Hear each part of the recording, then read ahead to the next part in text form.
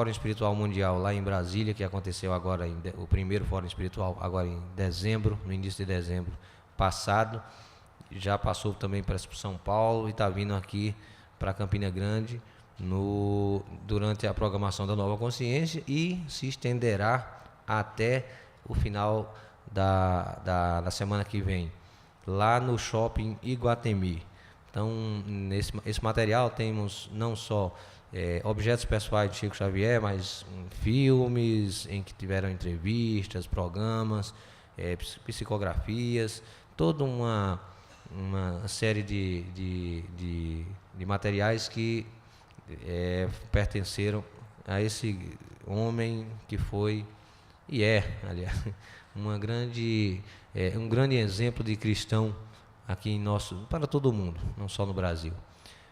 O evento Nova Consciência, ele é uma promoção, uma realização da organização Nova Consciência e Prefeitura Municipal de Campina Grande. Esse ano nós contamos com um apoio da Petrobras, um patrocínio da Petrobras, e também, juntamente com a Prefeitura, estão bancando as despesas do evento, e o apoio em diversos níveis de diversas instituições, a começar pela gráfica Graf7, a Universidade Estadual da Paraíba, onde em vários de suas faculdades estão acontecendo os eventos paralelos do evento Nova Consciência, a Fundação Suelen Carolim, que também está cedendo suas dependências para eventos paralelos da Nova Consciência, e que nos pediu que quem tivesse a disponibilidade e a possibilidade de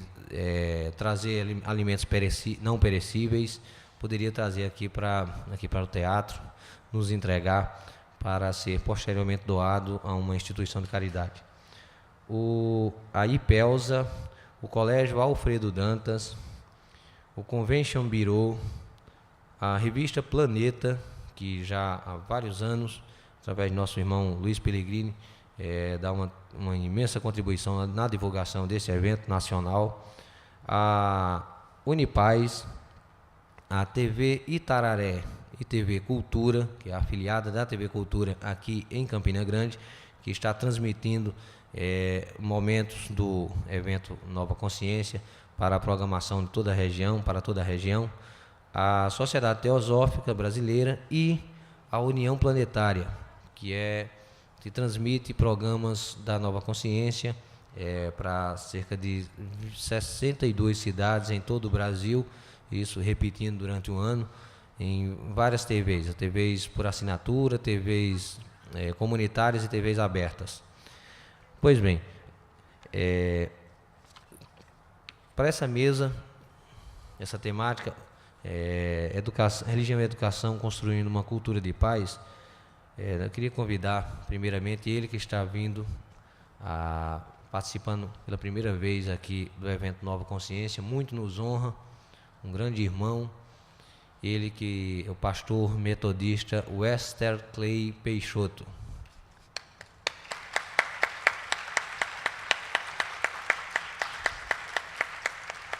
O pastor Clay foi até setembro último secretário executivo do Conselho Nacional de Igrejas Cristãs, o CONIC.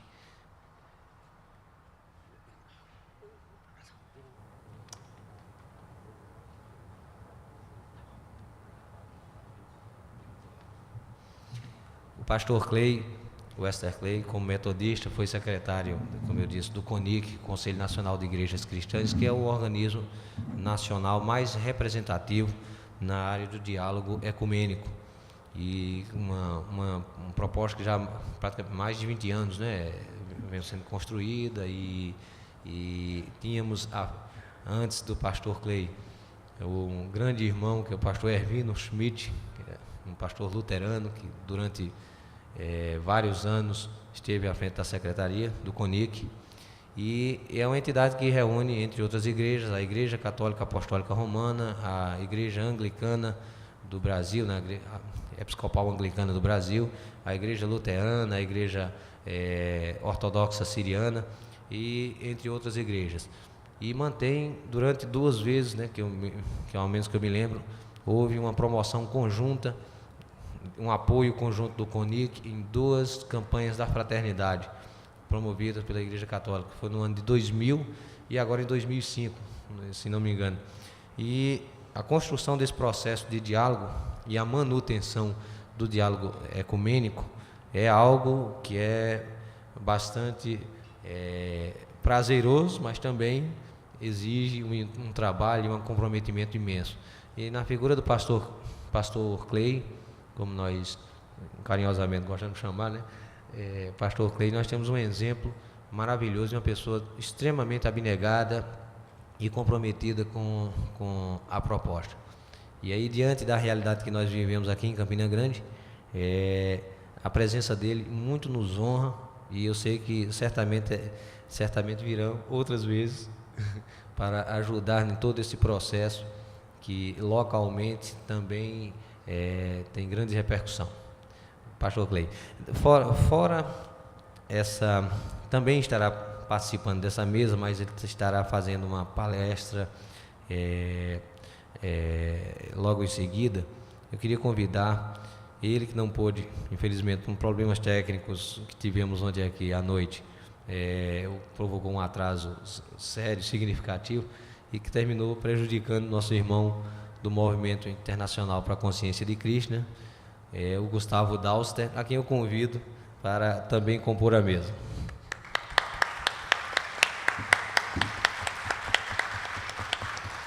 O irmão Gustavo é lá de Brasília, tá?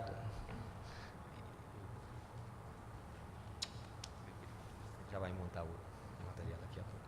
Irmão Gustavo Dauster, quase não sai, eu conheço mais ele como Guiridade Das.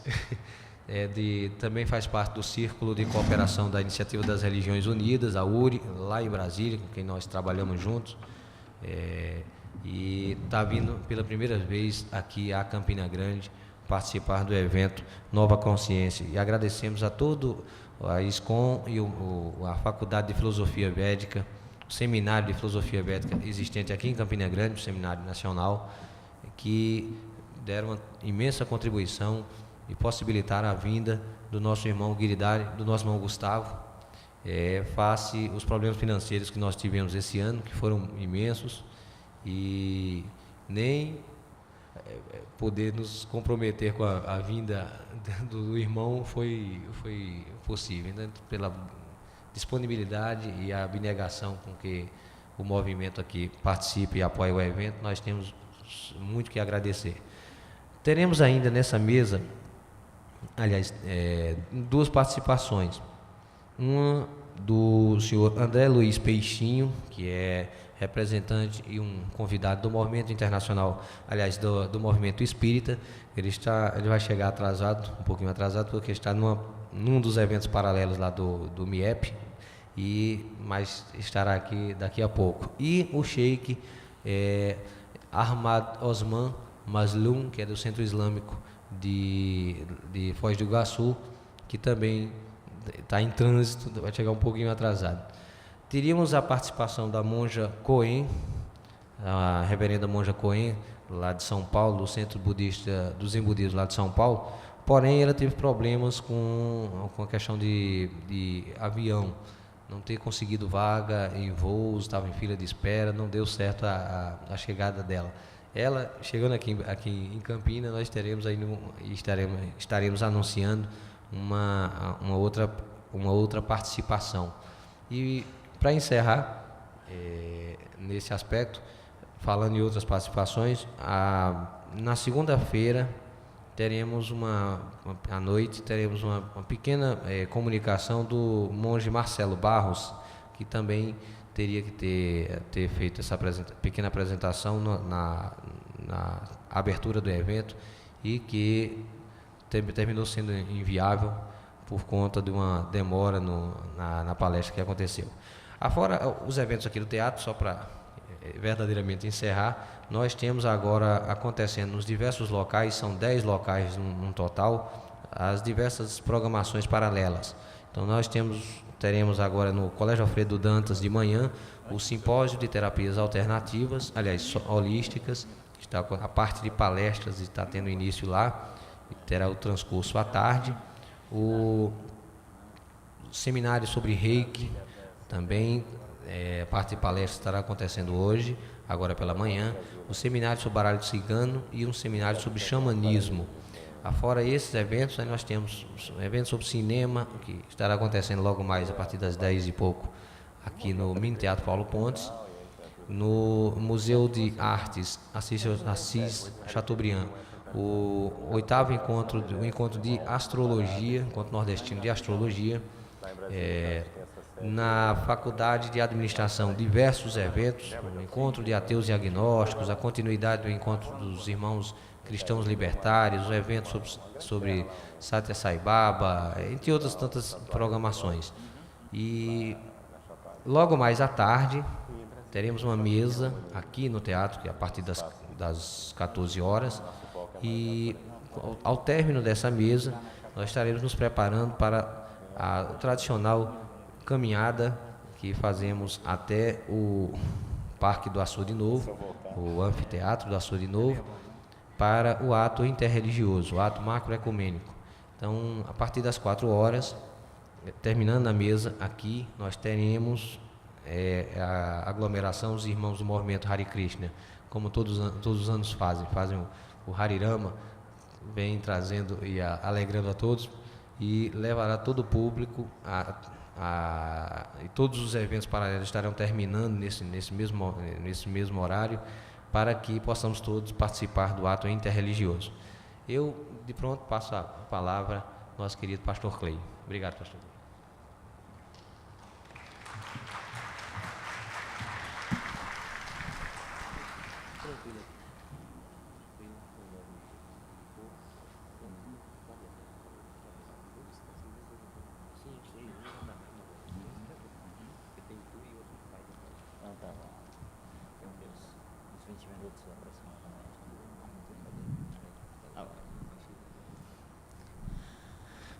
Bom dia a todos, a todas. Meu sentimento é de alegria e ao mesmo tempo de surpresa, porque as coisas que acontecem pela primeira vez na vida são surpreendentes e trazem perguntas, mas trazem também muitas respostas àquelas perguntas que já foram colocadas a princípio. Minha saudação a vocês é de paz, e falo como um cristão, formado dentro da tradição cristã, a partir desta convivência mais ecumênica que tenho vivido nos últimos anos.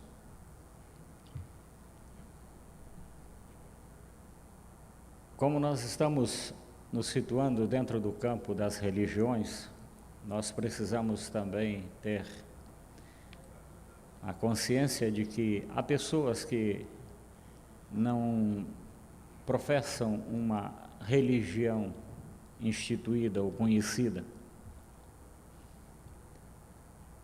Às vezes as chamamos de agnósticas, ateias, acho que são nomes impróprios. E mesmo essas pessoas que não atuam dentro de uma das religiões conhecidas, elas têm sentimentos que poderíamos chamar de voltados para a eternidade ou voltados para a integralidade. São sentimentos profundamente humanizantes, profundamente ecológicos e, acima de tudo, promotores de paz. A minha fala, portanto, ela está, de certa forma, limitada ao meu campo de percepção religioso, um pouquinho de convivência com algumas das outras religiões, e esse pouquinho de convivência me faz, então, tropeçar em alguns conceitos, em alguns conhecimentos, porque Somente agora temos contato com muitas outras expressões religiosas, esse contato é muito novo e o aprendizado da convivência com essas religiões é um aprendizado longo, portanto, os tropeções são comuns e para eles eu peço desculpas antecipadas. Mas, ao mesmo tempo, o encontro com as outras expressões de fé e mesmo com os sentimentos que não estão expressos dentro de uma estrutura religiosa conhecida ou comunitariamente praticada, esses sentimentos, eles têm elementos comuns significativos e a partir deles, então eu quero me situar. Situo-me dentro da minha expressão religiosa e também desses elementos comuns que vou percebendo na caminhada. Todas as religiões, elas são fundamentalmente educativas, elas são integradoras.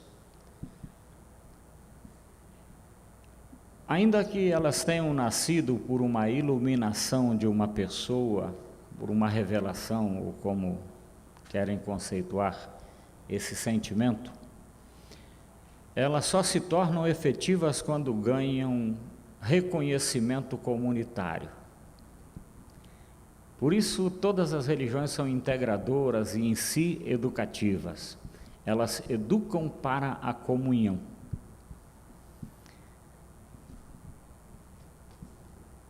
Elas formam um mundo de sentido, no qual a pessoa passa a viver satisfatoriamente. É o seu ambiente vital. Ali estão os símbolos onde ela se reconhece, ali estão as ideias, ali estão os sentimentos, ali estão os relacionamentos com os quais ela convive ou aprende a conviver e passam a fazer parte, então, do mundo dela. Ao mesmo tempo, essas religiões todas, elas desenvolvem ideias a respeito da pessoa, da coletividade, ideias a respeito do mundo, ideias a respeito do futuro, aquilo que nós chamamos de utopias. Todas elas têm essas expressões. Podemos chamar isso de uma cosmovisão, uma visão cósmica. E por isso todas as religiões elas têm essa pretensão da universalidade. E isso traz conflitos, isso traz perguntas, isso traz também elementos comuns. Porque todas elas são praticadas por seres humanos, são concepções humanas, são praticadas nessa abertura humana para o eterno, para o divino, se queremos chamar de Deus, deuses. Os nomes aí são de menos no momento, mas essa abertura para a eternidade, essa abertura para a plenitude.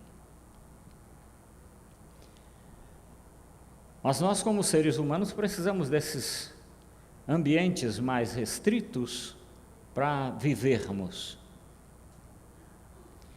E no momento em que as religiões, então, começam a se encontrar, e esse talvez tenha sido um fenômeno muito intenso nesse processo de globalização, os conflitos se tornam não só mais abertos, como mais intensos, e os conflitos não podemos ter medo deles. Pelo contrário, eles são provocantes, porque ao mesmo tempo que eles apontam a precariedade de todos os conhecimentos, de todas as organizações, eles mostram também as possibilidades de cada uma delas. Nós vivemos, portanto, um momento extremamente criativo, um momento provocante de conhecer os outros, mas também conhecermos a nós mesmos, porque os outros começam a formar espelhos através dos quais nós nos vemos. E diante de um espelho, eu posso ver se o meu rosto tem rugas, pode ter sujeiras, pode ter imperfeições, mas pode ter também belezas. E isso só é possível quando eu começo a mirar no espelho dos outros. E a pretensão da universalidade das religiões, ela pode trazer então uma dificuldade nesse sentido. Ela pode se tornar tão complicadora a ponto de eu, com o meu mundo, com a visão do meu mundo, do meu grupo, tentar impor este mundo às outras pessoas. De certa forma isso é necessário, porque é o lugar onde eu estou, é onde eu vivo. E se eu não colocar este mundo para fora, para o seu conhecimento, como você então vai poder relacionar-se comigo de forma íntegra? E se você não expuser o mundo em que você vive para mim, como é que eu posso entrar no seu mundo e conviver com ele? A pretensão da universalidade, portanto, ela tem essa dimensão positiva, porque sendo o lugar em que eu vejo, ela se expressa e eu quero me expressar na minha integridade e passar para você aquilo que eu creio. E é possível que, nesse sentido, haja pontos de encontro e também pontos de desencontros tamanhos que precisam ser trabalhados. No entanto, o objetivo desse encontro não pode ser a guerra, a luta, a violência. E aí sim as religiões se tornam um elemento explosivo, porque elas também podem servir de munição para as guerras. Toda religião ela é em si etnocêntrica. Ela organiza o mundo a partir do que o grupo vai percebendo. E nesse sentido ela chama para si os demais. Como ela contém verdades, como ela contém elementos fundamentais, esses elementos são atrativos para as pessoas que integram o grupo, e essas pessoas, ao expressarem para fora, elas se tornam também atrativas para as demais.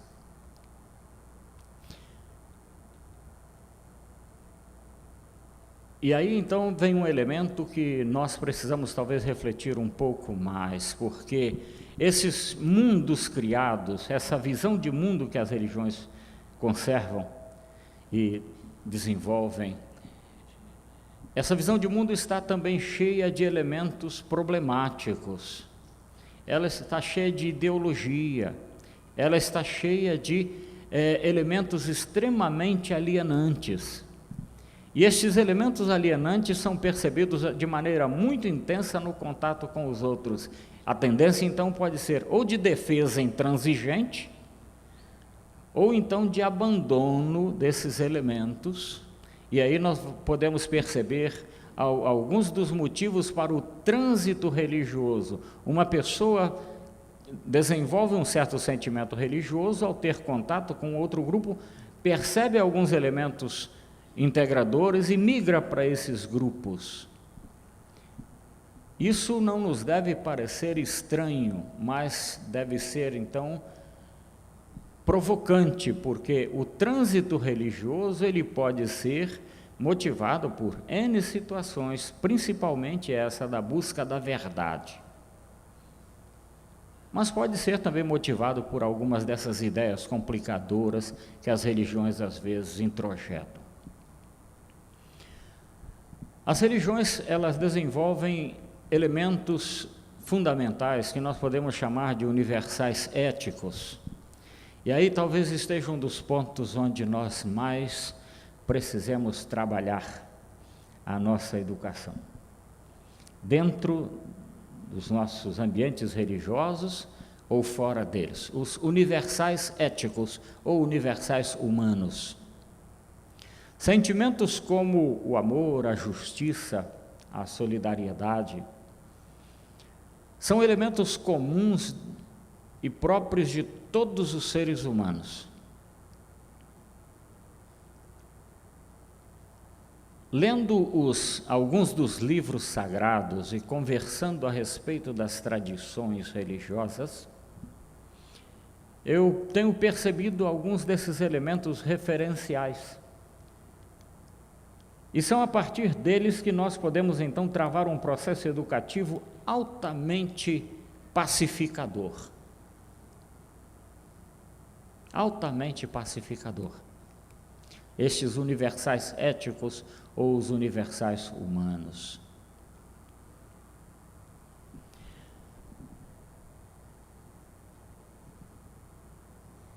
Mas há também alguns elementos que nós podemos dizer, eles são característicos dos grupos, e estes sim, são parte de um processo educativo intenso e que devemos desenvolver, porque trata-se de respeitar a individualidade da expressão religiosa, daquilo que o outro percebe como o seu mundo. Isso está muito presente nos símbolos, nos ritos, nas formas da expressão religiosa. Quando eu, como cristão, chego diante de uma mesa com pão e vinho, e ali pronuncio algumas palavras, e ali comungo com o meu Deus, vamos dizer assim, com os meus irmãos de fé, eu estou construindo um mundo bastante particularizado. Quando um outro grupo se reúne, ou no terreiro, ou no seu templo, ou em qualquer outro lugar com os seus símbolos, ele está cultivando a sua particularidade, e esta particularidade é necessária para a vida do grupo. Nós poderíamos chamar isso de a grande manifestação do eterno espalhada por todo o mundo. Ou seja, o eterno se manifesta de diversas maneiras,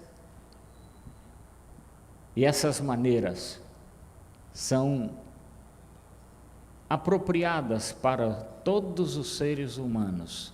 O grande problema que nós enfrentamos é de compreender essas individualidades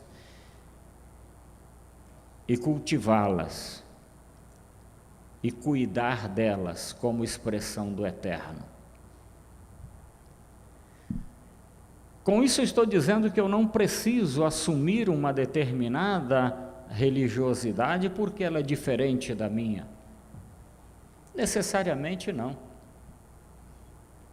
Mas eu devo perguntar pela verdade que eu desenvolvo, que o outro desenvolve, e quais os meios, então, que podemos desenvolver para atuar juntos em prol daquilo que é maior, do bem-estar humano, do bem-estar planetário e daqueles universais éticos que fazem bem a nós, os humanos, e a todos os seres. Mas há também dentro das religiões, como eu já disse a princípio, elementos problemáticos que poderíamos chamar de ideologia no seu sentido bem mais estrito do termo. Aquele conjunto de ideias que justificam certas práticas que nem sempre ajudam as pessoas a se integrarem, a humanidade a progredir e muito menos a conservar a casa comum.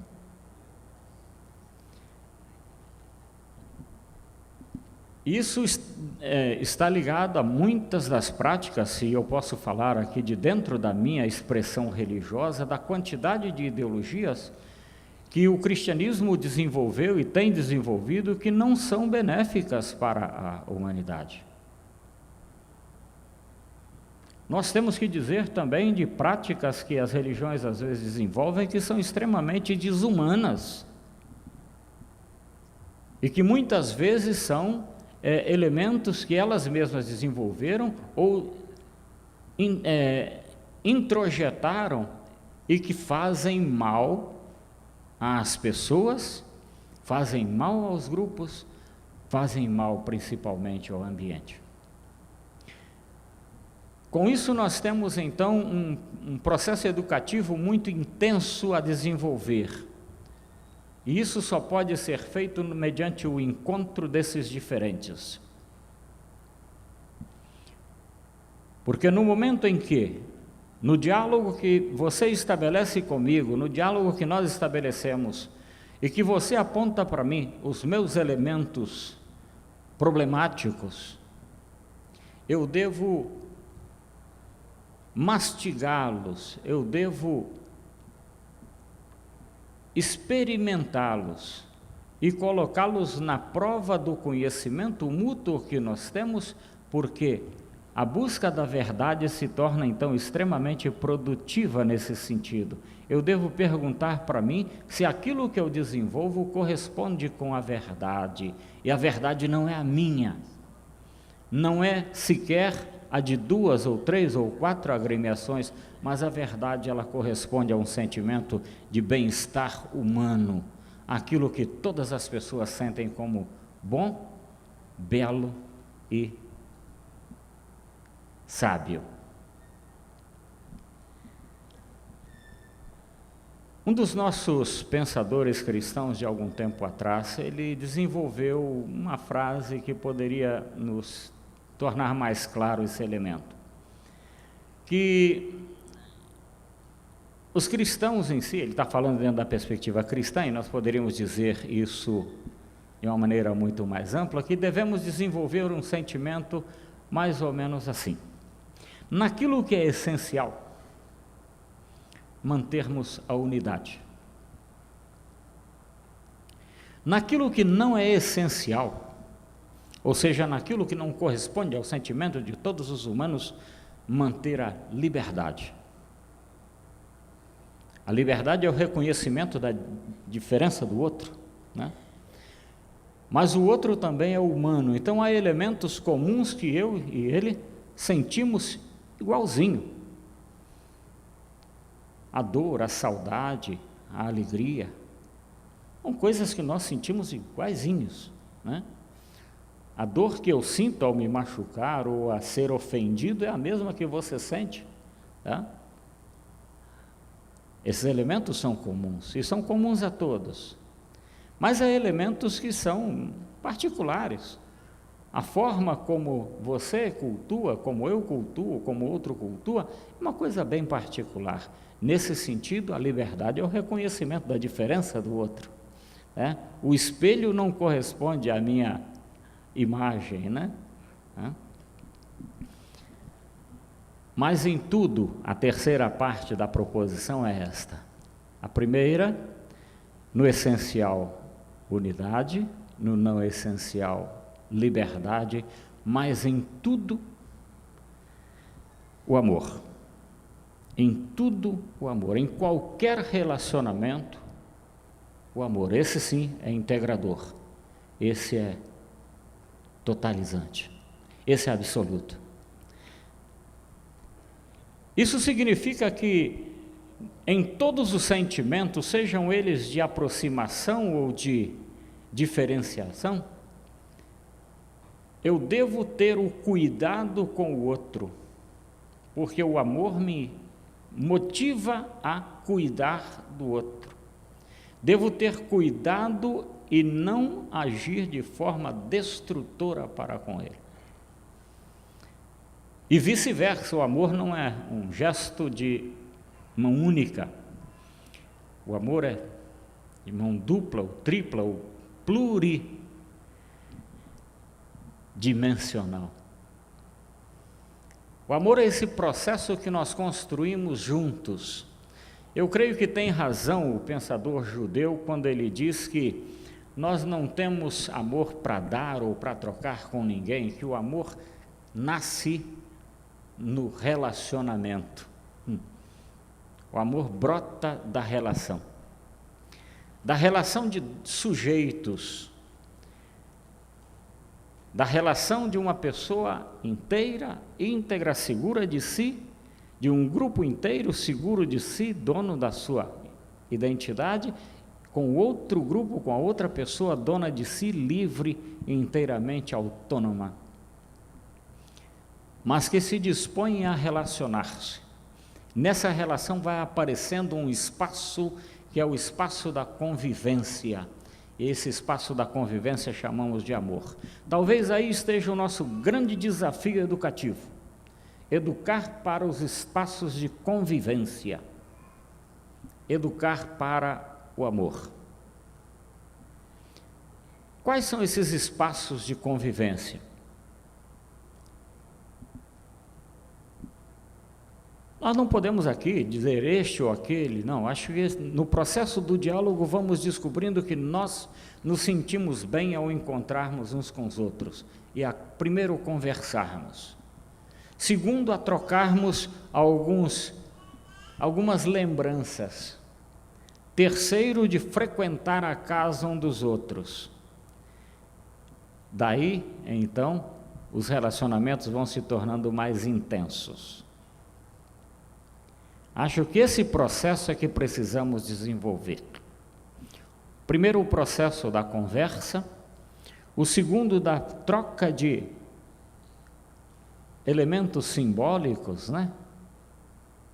Isso nós vemos hoje aqui de maneira muito bonita, pessoas de diversas modalidades de crença e de concepção da verdade ou do eterno, vestidas de modo diferente, do seu tradicional cultural, né? Esse é um processo de integração. Mas daí a convivência do ir à casa do outro e se sentir bem na casa do outro é um processo longo, porque a casa é um dos lugares sagrados. Lá na casa do outro eu me sinto meio deslocado, porque os móveis, os símbolos, os gestos, a fala, parece que tudo está fora de lugar. Está fora de lugar porque eu tenho uma casinha construída na minha cabeça e no meu coração, e essa casinha me diz caminhos diferentes. Eu ando nela de forma muito livre e na casa do outro é diferente. No momento que eu começo a andar um pouquinho na casa do outro, eu começo a me sentir bem. E se essa recíproca é verdadeira, nós começamos então um processo de companheirismo, de amizade. Nesse processo de amizade, nós crescemos. Creio que o grande trabalho educativo das religiões hoje é exatamente o educar para o companheirismo. E nesse companheirismo a gente começa a vivenciar a paz. Está chegando, Sheikh Ahmad, né? Bom dia, né? Se posso usar a sua saudação, Shalom, Shalom Aleichem, né?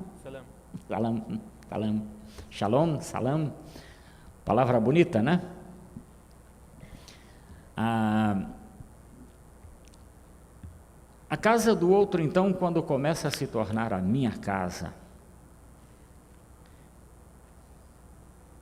eu começo a, de certa forma, interferir nela e ela interferir na minha casa. De modo que os laços vão se tornando mais tênues, de modo que as barreiras vão se tornando mais flexíveis e nós começamos, então, um processo muito intenso de modificação. Talvez aí esteja a grandeza da dimensão ecumênica que alguns grupos têm desenvolvido. E penso que a educação para o ecumenismo se torna o grande elemento pacificador entre as religiões.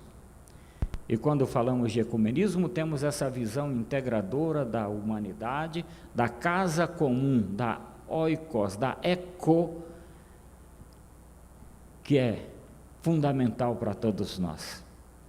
Desenvolvemos então um sentimento de encontro na mesma casa, uma casa que supõe relacionamentos intensos entre os humanos, uma casa que tem uma dimensão agora muito mais intensa, supondo um relacionamento com os outros seres com os quais nós convivemos e dos quais nós dependemos para viver.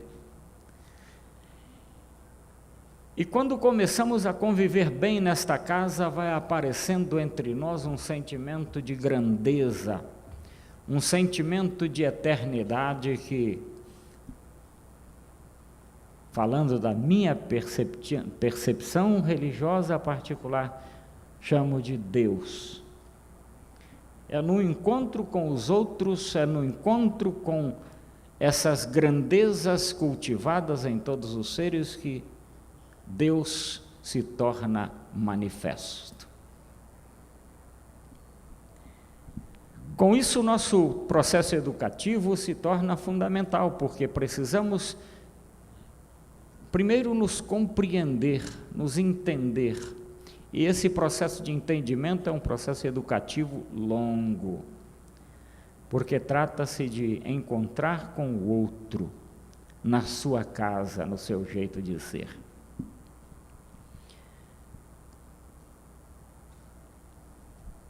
Daí o que podemos chamar de paz, talvez possa ser trabalhado de uma forma mais diferenciada. O conceito de paz para nós é meio complicado, porque para alguns é tranquilidade, para muitos é solidão. Me deixa em paz, por exemplo, me deixa em paz, ou seja, sai daqui, né? Me deixa quieto no meu canto. Isso é um problema sério.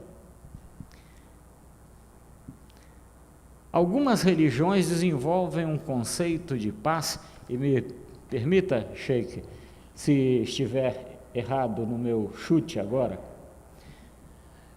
parece-me que o conceito de salam, shalom dentro do hebraico, dá essa noção mais de integridade, de totalidade, é isso? Bom, salam, para nós, traduzindo assim literalmente, paz. Porém, a paz, ela abrange vários aspectos, que vai muito além da paz contrária à violência, a paz interior, a paz exterior, a paz espiritual, paz familiar. Pode ser que para alguns, como o senhor disse, a paz na solidão. Então, a paz em todos os seus aspectos. Salam. A grandeza, então, deste conceito, vou insistir nele, está nessa dimensão mais de totalidade, mais de integridade. Mais de integridade. Porque eu só consigo me tornar e me sentir bem, e me sentir autônomo, e me sentir seguro, quando algo não me falta. Mas isso eu falo como indivíduo. Para isso eu preciso dessa dimensão da solidão. Mas é uma solidão em que eu me sinto satisfeito, não a solidão da falta. A dimensão também da paz, ela supõe que não só eu, mas todos nós tenhamos satisfeitos os nossos elementos fundamentais. E se há um elemento que é fundamental em todas as pessoas, é o elemento da presença do outro. Nós não somos seres para viver no isolamento. Nós somos seres de convivência. Daí que a dimensão da integridade, ela supõe a visão e a integração, o envolvimento de todos os outros seres. Talvez a grande dimensão dessa paz esteja colocada nas utopias das religiões. A utopia do paraíso, ou da terra sem males, ou do tal, ou do nirvana. Essas utopias não são elementos próprios da individualidade, elas são integradoras. Elas supõem não só a pessoa sentindo-se bem, mas principalmente a pessoa sentindo-se bem com todas as outras e todos os seres. Talvez a nossa grande tarefa dentro dos espaços religiosos seja educar os nossos parceiros, as nossas parceiras, os nossos companheiros e companheiras para essa dimensão da totalidade, da integralidade. Mas a integralidade, ela supõe essas diferenças, e conviver com o diferente é como conviver num processo de crescimento. O outro se torna, para mim, um desafio. Daí que o processo educativo que podemos desenvolver, ele tenha algumas características. Uma delas que eu gostaria de frisar é a característica da sabedoria. Educar para a sabedoria. E a sabedoria, ela não passa tanto pela capacidade intelectual, mas, acima de tudo, pela capacidade de exercer bem os sentimentos e os relacionamentos, ou seja, a arte de viver bem, e viver bem com os outros. Os sábios se tornam pessoas extremamente mobilizadoras, e são pessoas que atraem para si outras muitas, e as nossas religiões estão cheias de sábios. Talvez educar para a sabedoria seja o nosso grande desafio no momento. Por fim, acho que as religiões têm um trabalho mais intenso com os sentimentos e desenvolver um sentimento de simpatia para com todos os outros. Simpatia, esta palavra me é muito cara. Sentir com o outro. Sentir com o outro aquilo que o outro sente, as suas dores, as suas mazelas, as suas alegrias, as suas potencialidades. Sentir com o outro, educar para a simpatia. E ser simpático ao outro é um processo de trabalho intenso comigo mesmo. É um trabalho que você deve desenvolver, é um trabalho que nós precisamos desenvolver coletivamente. A simpatia, ela quebra as arestas de maneira dócil. A simpatia, ela supera as barreiras sem causar feridas, porque trata-se de um processo de cura e cura mútua. A simpatia, ela está muito ligada ao carinho, ao cuidado. Daí que a pessoa simpática seja uma pessoa que atraia outras muitas e provoca ela mesma um sentimento de solidariedade muito grande, fazendo com que as outras também se modifiquem. Eu creio que são esses elementos que nos provocam hoje para a questão da paz. O outro diferente me é simpático. Sou simpático para com ele, para com ela. O outro diferente é diferente, e nesse momento nós vivemos numa casa comum.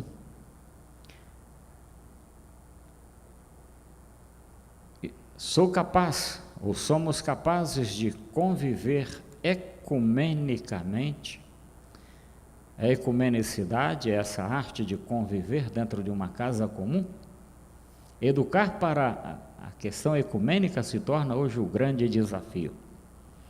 E por fim, a questão do equilíbrio. O equilíbrio tem a ver com a justiça.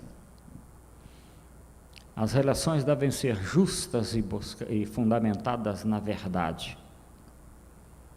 Daí que o relacionamento ele sempre seja tenso, e na busca da verdade nós devemos ser, acima de tudo, carinhosos. Não se busca a verdade com a intransigência, não se busca a verdade com a imposição, muito menos com a forma intensa de missão, de conversão quase que forçada. A verdade, ela é alcançada nesse processo carinhoso de troca de informações e de relacionamento. Eu creio que são esses alguns dos referenciais educativos que as religiões podem desenvolver. Espero ter contribuído com a conversa.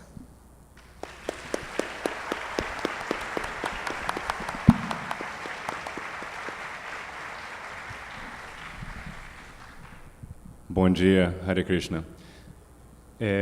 Eu vou fazer uma pequena apresentação cobrindo esses pontos, no caso da nossa, especificamente do yoga e a educação e o poder do exemplo.